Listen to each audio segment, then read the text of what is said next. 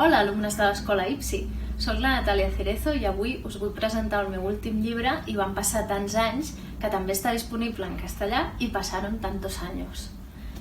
El va editar l'any passat l'editorial Rata, que segurament, si us sona, la reconeixereu perquè fa servir uns colors superxulos a les portades i perquè tenen un text al davant.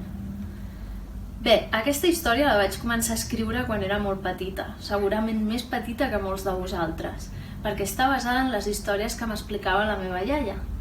Tot va començar quan vaig dibuixar-les, vaig començar a escriure'n algunes i anava veient que d'allà podia sortir alguna cosa molt xula.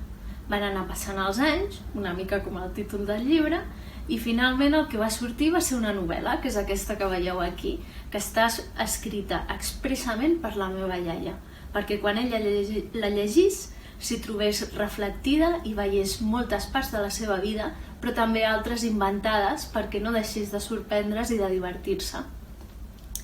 I quina és la història? Potser us esteu preguntant. Doncs la història, com us deia, basada en la vida de la meva iaia, és d'una noia que viu perduda en una granja fins que hi ha un incendi que s'ho emporta tot pel davant i acaba vivint en un poble més aviat industrial, tot ple de fàbriques, on haurà de començar una nova vida que no tenia res a veure amb l'anterior.